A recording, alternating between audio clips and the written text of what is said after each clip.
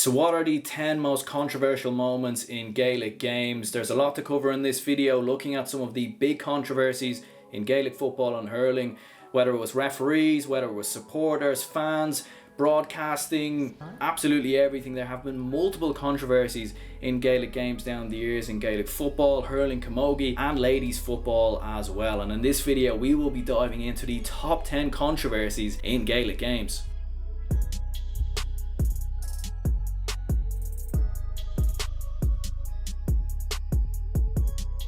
What's going on, everyone? It's Aaron here from GA Fan TV. I hope you're all keeping well. Back again, of course, with another video on the channel, and today we'll be looking at 10 controversies in Gaelic games. And I mean, there's a lot of controversies to get through. As I was saying before, there have been multiple controversies that have took place in football, hurling, ladies football, camogie, absolutely everything. Pundits have got involved, GA stars have got involved, supporters, referees, you name it. There's been absolutely everything that has happened in terms of controversy in Gaelic games, so I suppose we better jump straight into it. Okay, so at number 10 we have the 1894 final between Dublin and Cork. Now obviously this is number 10 on the list for multiple different reasons. I mean, first of all, this was back in 1894, and I mean, no one's alive that was alive back then. I mean, well, I don't think so. I mean, it'd be pretty strange if there was. I mean, look, listen, back in 1894, I mean, the world was just a completely different place. It was probably a lot better than it was back then, in all honesty, probably. And Dublin were playing Cork in the final. The first game actually ended in a draw, and in the second game, well, there was a bit of controversy that took place, because now it was actually 1-2 to 5 points when this controversial moment happened, but back then actually a goal was actually worth 5 points, so Cork were winning by 2 points. Now there isn't too much details on what happened. I mean, this was back in 1894,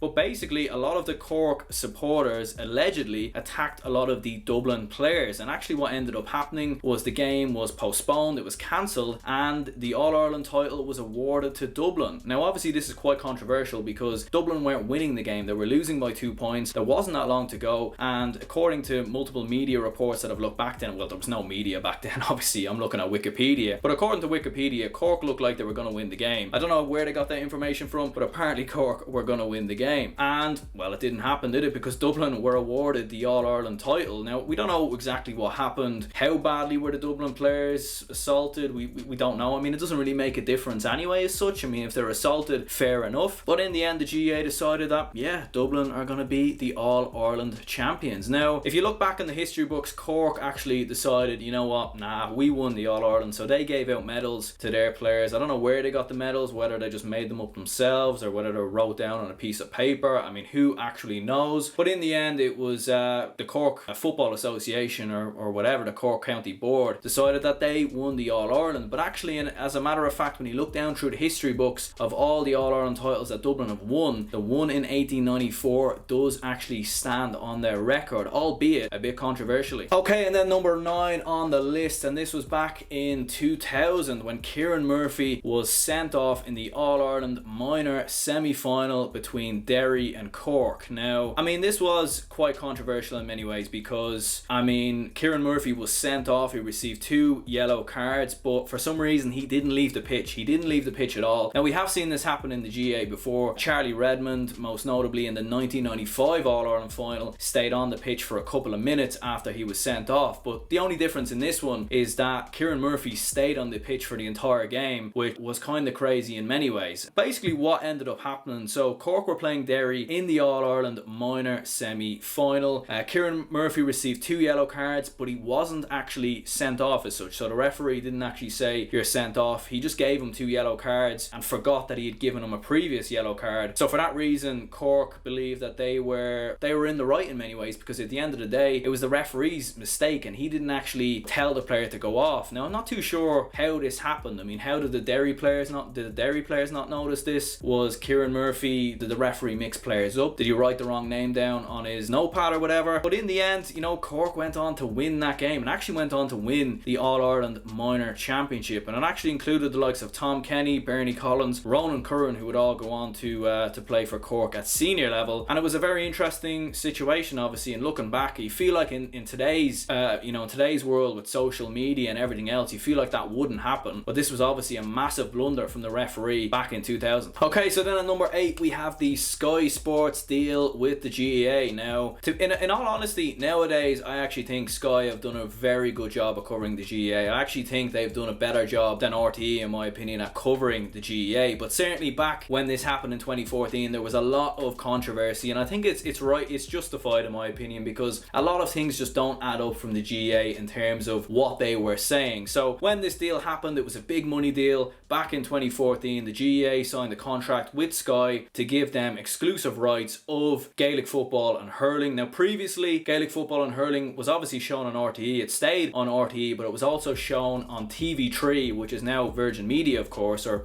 was acquired by Virgin Media as such. Yeah, I mean, pretty much what happened was all the GAA, commentators and pundits and everything that were on TV3 moved over to Sky Sports. And basically, there was a lot of people that came out and criticised the GAA. I mean, obviously the GAA its roots is in Ireland. It's an Irish sport. It should really only be shown by Irish broadcasters. But what the GAA were saying was that obviously there is a lot of people abroad in the UK that live in London, that live in Liverpool and Manchester, Birmingham, etc. And what they were saying was that this will actually help grow the game in those places and will provide coverage for people who are living abroad. The objective was essentially to spread awareness of Gaelic Games to immigrants, basically, who were living abroad. It did have widespread criticism. The likes of Michael Duigan, Pat Spillane, Desi Farrell all weighed in on the controversy and, criticised the GAA on multiple occasions for this deal, saying that the fact that, if there's a big game that's taken place, for example, I remember, multiple provincial finals in the past, especially in hurling and sometimes in Gaelic football, have been held on Sky as opposed to RTE. So for a lot of the elderly who maybe couldn't afford Sky, but considering how expensive it actually is, it's a little bit unfair on them, and absolutely it is unfair. And I think the premise of providing the game to immigrants in the UK, it's just not true, in my opinion. I mean, let's be honest here. If they wanted to spread the game, or if they wanted to share the game with people who live outside of Ireland and live abroad, why not sign a deal with ESPN, who of course are big broadcasters in the US? And there's multiple people living in the US from Ireland, in New York, California, Miami, whatever. I mean, people living in America all over the place from Ireland. Why didn't they sign a deal maybe with an Australian company? Why not with a Canadian company, considering there's a lot of Irish over there as well? So we don't exactly know what the whole premise was from the GAA. Was it just money related? It probably did have, money certainly did have a huge thing to do with it. At the same time, you understand that from the GAA's point of view, it is a business. They want to make as much money as possible. They want to grow the game, and they obviously want to use that money to improve facilities and whatnot and everything else. Improve Dublin.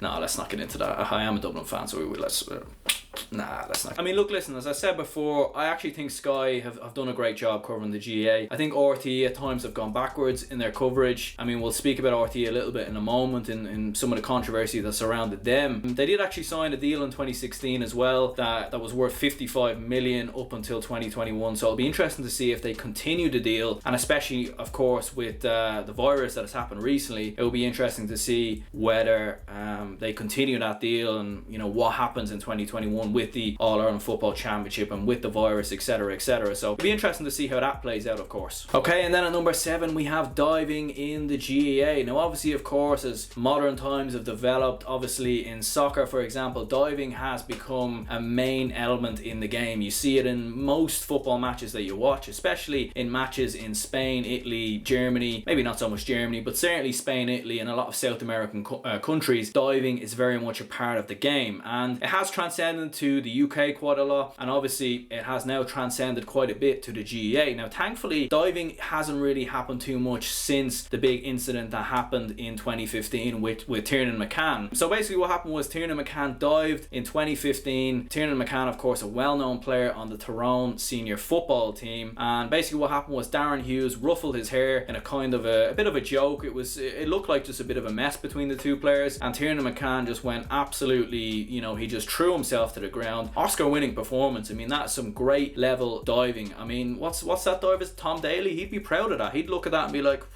that's pretty good by Tiernan McCann. He done a fairly good job there, to be fair to him. But of course, Darren Hughes was not happy with this whatsoever. I mean, he certainly didn't approve of this. He was sent off, believe it or not. What ended up happening was Tiernan McCann received an 8-week ban, which some people said, you know, it was a bit extreme. I actually think it was brave by the GAA. They put a real stamp of authority in on the situation and said diving in the GAA is not welcome whatsoever. But in the end, that was overrun, of course, and the ban was overturned, and many people just said, well, diving unfortunately is just going to be part of the GAA whether we like it or not. Now, in fairness to Tiernan McCann, he hasn't been the only diver in the GAA. Aidan O'Mahony, Michael Shields and Aidan O'Shea have all had diving controversies in the past as well. Now, thankfully, we don't see it that often. It's not, I don't think it's really an Irish culture to be diving, to be honest. I mean, as Irish people, we're mostly we just get on with it, don't we? I mean, even if we're sick, well, given the current state of affairs, if we're sick, we shouldn't just get on with it. But normally, that's kind of how things are. You know, you have an issue, you have a problem, you kind of just get on with it. You're like, whatever, let's just get on with it. And then at number 6, we had the Camogie coin toss controversy. Now, this was possibly the biggest mistake the GAA and the Camogie Association have ever made in their history, in my opinion. I mean, they came to the solution in the end. They came to the right decision in the end, but it took a long time, and it was just to see this happen in 2015 is just very strange indeed. So basically what happened, it was back in 2015 when Clare and Dublin both finished on identical records in one of the groups in that year's Camogie Championship. They both finished on identical records, so same points, same goal difference, everything was the exact same. And apparently there was an unwritten rule in the GAA that if teams finished on identical records, the only way of deciding the game would be a coin toss. Now, obviously that was a rule that started back in when the association was created, you know, back in the 1800s. So, you know, that rule doesn't really work in 2015. Let's be honest here. It's not a fair way to decide a game. But the GAA were like, yeah, we're going to decide it by a coin toss. You know, that's the only way it's going to happen. You're just going to have to take it, unfortunately. Clare and Dublin, you know, you're just going to have to take it. It's going to be decided by a coin toss whether you like it or not. The idea of a playoff, which makes a lot of sense between Clare and Dublin, was proposed by both county boards, and the Camogie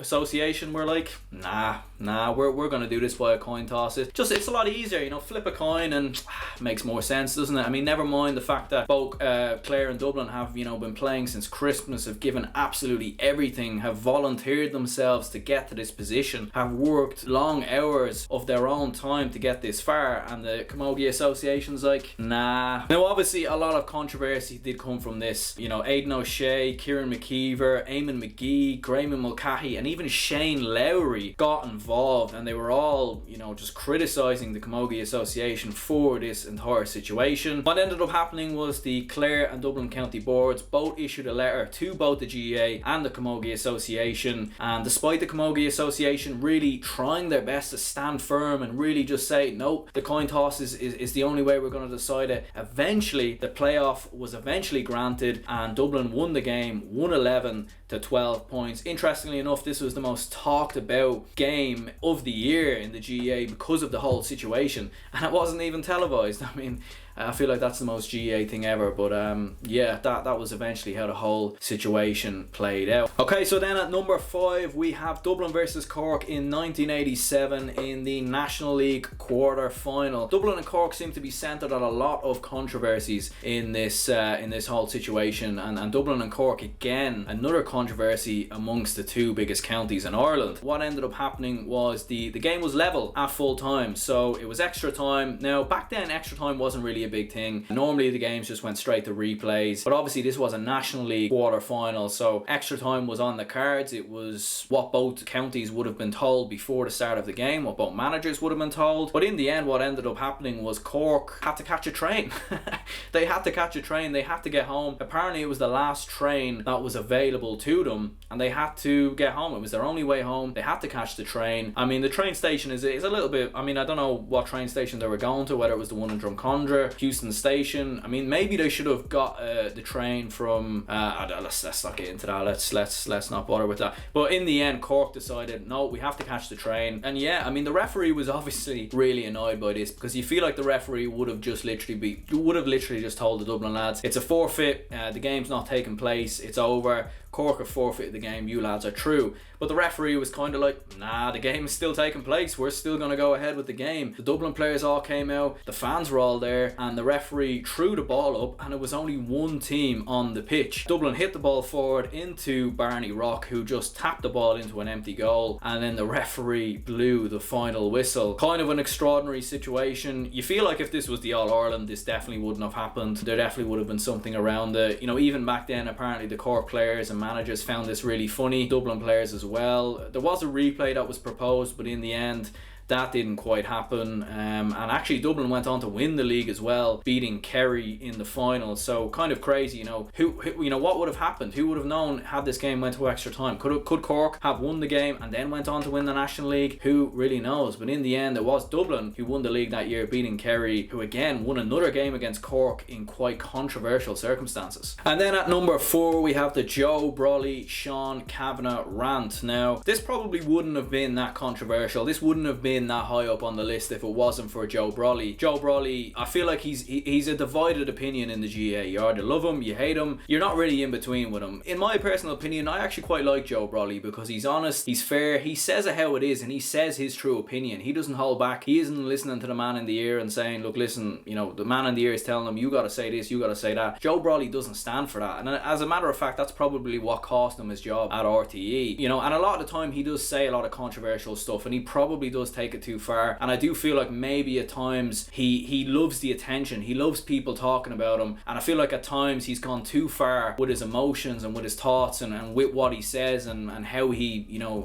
gives his punditry. Back in this situation between Joe Brolly and Sean Cavanagh, Joe Brolly took this too far. He definitely took this too far. So basically what happened was, it was Tyrone versus Monaghan in the All-Ireland quarter final. Conor McManus was running through on goal in a key moment in the game, and Sean Cavanagh brought him down in a rugby-like tackle to prevent a goal. And yeah, I mean, this was just a mad situation because the referee gave Sean Cavanagh a yellow card, and you know, back then there was no black card, so there was no rule really to kind of send them off. It was his first yellow. It wasn't really a red card offence. The referee was operating within the rule book, so he couldn't really fault the referee. In the end, Tyrone actually went on to win the game, and Sean Cavanagh was actually awarded man of the match as well, which was quite crazy given the whole situation. Joe Brolly, he wasn't happy at all with the whole situation. He said that Tyrone were cynical fouling Monaghan, which was true to, you know, it was definitely true. They definitely were fouling a lot of the Monaghan players, you know, and he went in on Sean Cavanagh, he went in on Mickey Hart. And I mean, look, listen, let's just play the clip of Joe Brolly here because, you know, it's very hard to describe what he says. Let's just have a listen. So what followed after that was, of course, the black card rule, which has obviously had its own controversy as well, because I don't think anyone has a particular issue with the rule itself, but I think at times referees have given black cards for certain things that probably isn't a black card offence.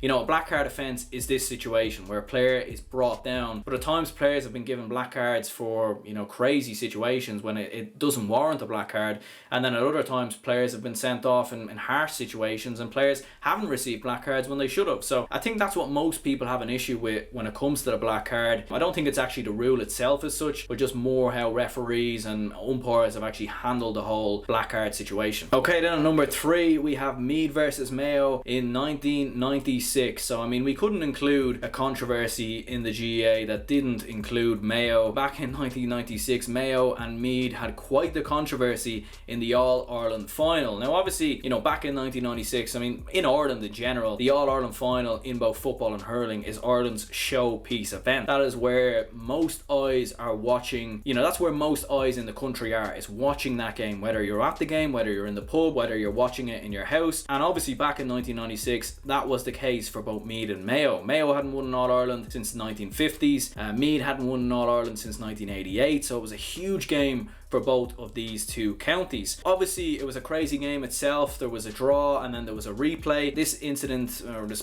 kind of big incident, actually took place in the drawn game, and it wouldn't be remembered for Meath's miraculous late point where the ball just bounced on the ground and then over the bar and it would go to a replay, but instead it would be remembered for just an absolute brawl, a crazy fight that Dana White would be proud of. It was just crazy. It was mental scenes. I think Pat Spillane summed it up best, to be honest. So in all honestly, the referee probably could have sent anyone off. He probably could have sent 3 players off in each team. He probably could have sent 4 or 5 off. He probably could have even abandoned the game. I actually think the referee probably dealt with it in the best way in the end, in the fact that you don't want to ruin the game. You don't want to send 3-4 players off each team and ruin it. How do you send 2 players off one team and 1 team off the other? I think he done the best decision in terms of sending 1 player off each team. I think in the end though, it was a bit harsh on the players who were sent off. They were the unlucky ones, so it was Meads, Colin Coyle and Mayo's Lee McHale, who were both sent off in the game. And just crazy scenes, mental scenes altogether. Obviously there have been multiple fights in the GAA down the years, but I don't think anything ever has quite compared to this.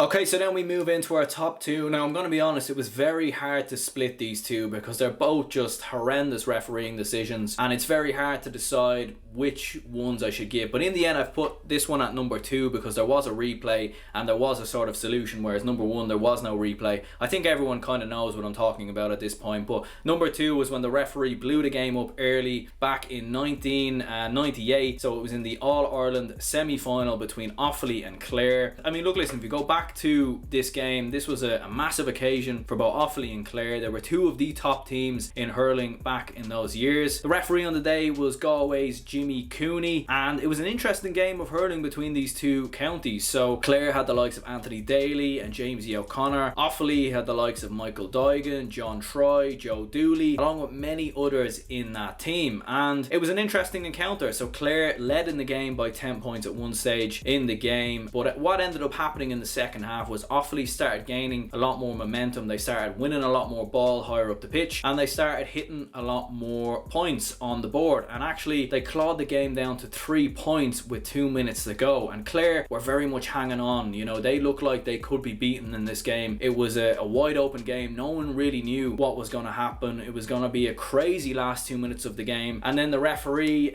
Jimmy Cooney decided, that's it lads, it's over, match is over, it doesn't matter that there's 2 minutes left, the game is over. And you know, a part of me kind of feels bad for the referee, because if you actually look at the incident, the referee, when he blows the whistle, he realizes, I've made a massive mistake here, I've really messed up, what do I do? Do I just restart the game? Do I say, oh sorry lads, I made a mistake? But then it's like, but you blew the whistle, so once you blow the whistle, you blow the whistle. You feel bad for him to a certain extent, but at the same time you do wonder, how on earth did he make this mistake? I mean, surely he had a watch. I mean, you'd have to feel, I mean, I've never refereed a game myself, I probably will never referee a game myself because of these reasons, but you have to wonder why, like, did the referee's watch not work? Did he hit it, you know, 2 minutes after, or was there an issue with his watch? You know, how, because normally as a referee, surely you know, okay, as soon as the ball is thrown in, boom, hit the watch, you know, hit the watch right before or the ball is thrown in, or whatever, you know, whatever way referees do it. I've no idea what happened here. I've absolutely no idea what happened. And you know, the referee did make a few other mistakes in the game as well. So Michael Duigan could have been sent off. Johnny Pilkington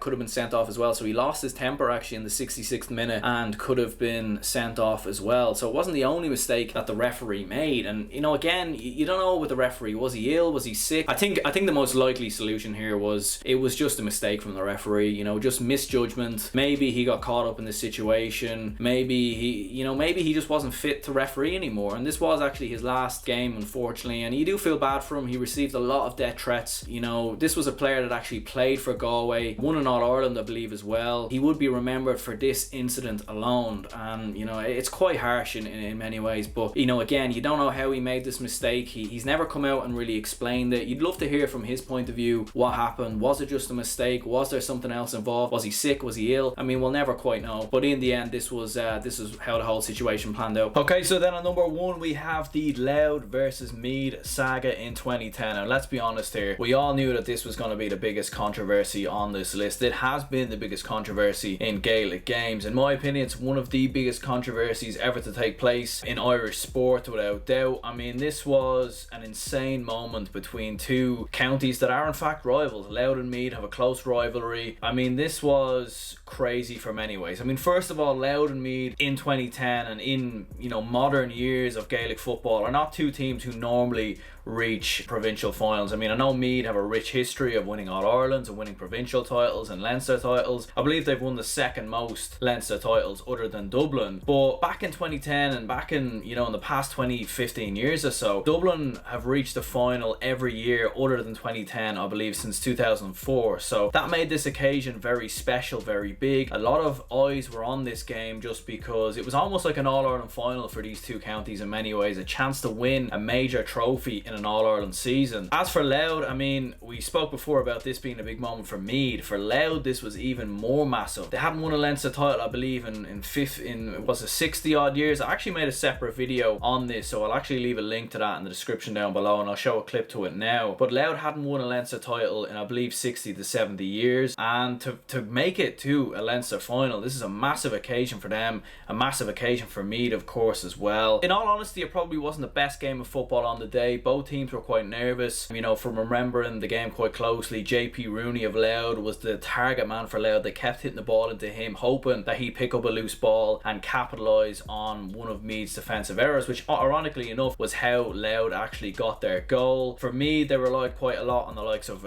Graham Riley and of course Joe Sheridan. Meath were the favourites. I mean, they'd absolutely hammered Dublin in the semi-finals, and yeah, it pains me saying that, but obviously it was 10 years ago. I can certainly get over it a lot more now, but certainly Meath were the favourites, and you know, going into those closing minutes, going into the final 2 minutes, it looked like Louth were going to produce one of the biggest shocks possibly in Gaelic Games history and get that Leinster title. The smallest county in Ireland, a team that is not known for Gaelic football or hurling or whatsoever. What happened in the final 2 minutes? Well, I mean, that was quite incredible, because what actually happened was, so it was the final minute of stoppage time. Graham Riley lobbed the ball into Seamus Kenny, who basically had his shot blocked on the line by, I believe it was Paddy Keenan, and that allowed Joe Sheridan to snatch the ball, lean forward and fall into the goal. And you know, in this moment, you look at the referee and you look at the umpires and you would have thought, okay, you know, they're going to make the right decision here. They're going to work it out amongst the two of them and they're going to make the right decision. I actually feel sorry for the referee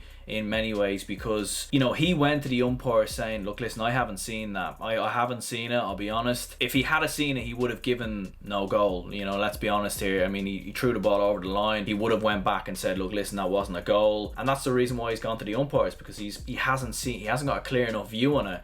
So he's needed to go to the umpires, and unfortunately the umpires have let him down massively. I honestly don't, I mean, to be standing literally meters away from where that incident took place, I mean, there was a lot going on. There was a big scuffle, but between the umpires, like, how did they not see it? You know, how did they not see it? I'm not sure. Between the two of them, how did they not manage to see that? And Louth were robbed. You know, it was as simple as that. The game finished, the goal was awarded, Meath won the Leinster title, and what makes this the most controversial moment compared to number 2 in my opinion was because, first of all, fans invaded the pitch and tried to attack the referee. The referee couldn't seem to escape. The Gardaí were around trying to get him off the pitch. It was just absolutely mental scenes altogether. So much changed as a result of this. I mean, first of all, there was a big talk of there going to be a replay. I mean, we spoke before with the Athy and Clare in at number 2. That was actually given as a replay, so they had a replay for that, so they found the solution. But in this, they didn't. What ended up happening was, at first, Meath were happy enough to go with a replay. They were happy enough to do it, but in the end, it seemed that, according to, you know, various multiple reports and whatnot, from what I've seen, they actually pulled out. Now, there's no confirmation from Meath from that. From what a lot of media say, Meath were the ones who said, look, listen, we're not having the replay. We're going to go forward. We won the game. And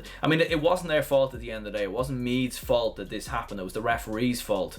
You know, when you score a goal like that in the last minute, you know, you are going to be like, you are going to celebrate and you're going to take it. But the right thing to do would have been to go back and play the replay. And that obviously didn't happen. And, you know, it's a final that unfortunately will be scarred for Meath for years. You know, when they talk about their last Leinster title triumph, it will always have an asterisk over it. It will always be, yeah, you won it, but you won it in those kind of circumstances. And so much changed after this game. Pitch invasions were dropped. Pitch invasions no longer happened anymore in Gaelic Games. That this was one of the last moments that we've seen pitch invasions. I think they were on the way out anyway, but I think this, you know, was very much, this was something, you know, the GAA wanted pitch invasions gone, and this was the perfect moment to be like, right, okay, this is exactly why pitch invasions will not take place in Croke Park anyways. Undoubtedly the biggest controversy in Gaelic games, without doubt. But anyway guys, that's going to be the end of the video. So the top 10 controversial moments in Gaelic games. Let me know down in the comments below if there's any I have missed, or any big moments that you feel like should have made it on here. Do leave a like and subscribe if you haven't already. I will catch you all soon. My name is Aaron, and have a lovely week. Goodbye.